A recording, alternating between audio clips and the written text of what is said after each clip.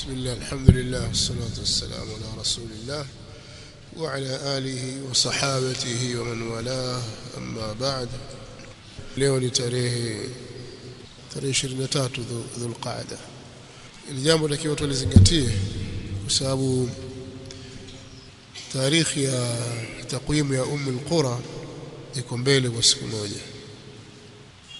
Kalenda walizokuwa nazo watu katika simu zao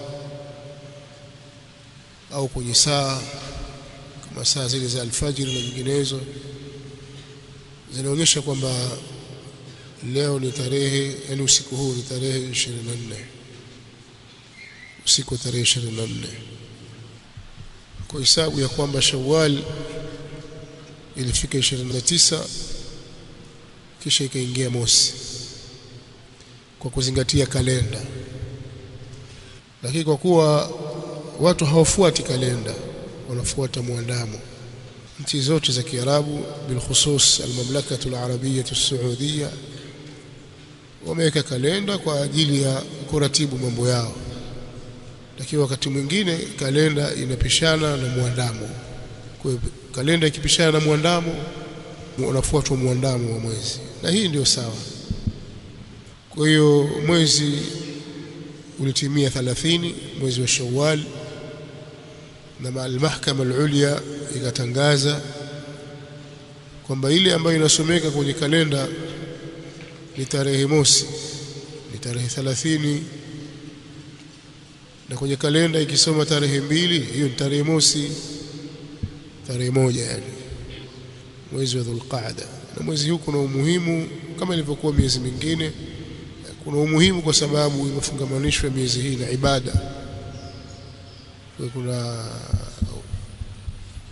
ulazima wa kufanya tambihi juu ya jambo hili ili watu wafahamu, kwa wale wanaotaka kutekeleza ibada kwa kufuata nyakati zilizowekwa na sheria kwa utaratibu wa kisheria. Pia wajue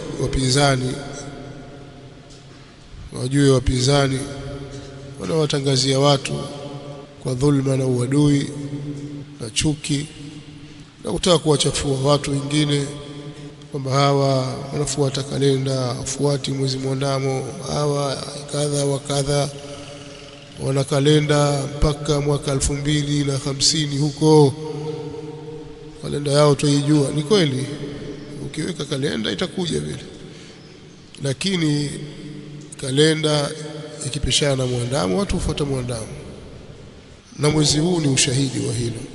Na tushai kuzungumza siku za nyuma maneno kama haya kwamba ilitokea kalenda yaonyesha kwamba Arafa ni siku ya Alhamisi, lakini baada ya siku kadhaa ikaja taarifa ya kwamba mwezi uliandama kabla. Watu waliona kwamba labda imetimia 30, kumbe la, mwezi uliandama na 29, na mwezi ulionekana na wavuvi walikuwa kwa baharini. Waliporudi mjini, kadhia zikawa ndefu, ijraati zile za kwenda kuhakikiwa na kwenda kuapishwa kutoka Tabuki kupelekwa mpaka Riyadh kurudi. Taarifa zilivyohakikiwa na kuthibiti, ikawa imeonekana kweli mwezi ulionekana na 29. Watu wakatangaziwa kwamba Arafa sio Ijumaa, ni Alhamisi. Yote haya ni kutilia nguvu na kutilia ushahidi kuonyesha kwamba nchi za Kiislamu na hasa al-Mamlakatu al-Arabiyyah as-Saudiya, mahali ambapo sisi tutaelekea kwenye katika swala zetu na watu ndugu zetu na sisi wenyewe twenda kwa ajili ya kutekeleza ibada mbalimbali, ikiwemo ibada ya haji na umra. Ibada ya haji imewekewa wakati maalum, wana ulazima na uwajibu wa kusimamia tarikhi ya Kiislamu. Kwa ni watu Allah wawafikishe katika jambo hilo, lakini pia wako makini katika jambo lao. Kwa hiyo kuzusha maneno na kuwa si sawa. Turudi katika darasa. Kwa hiyo leo itakuwa usiku huu ni usiku wa tarehe 23. Tarehe 23 mwezi wa Dhulqaada, mfungo pili. Waswahili wanasema mfungo pili, na si makosa. Sawa? Kwa Dhulqaada maana yake mfungo pili, Dhulhijja maana yake ni mfungo tatu, si makosa.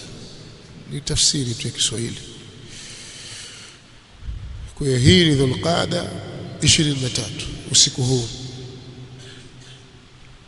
mwaka wa 1447 Hijria, ambayo sawa sawa tarehe ngapi leo?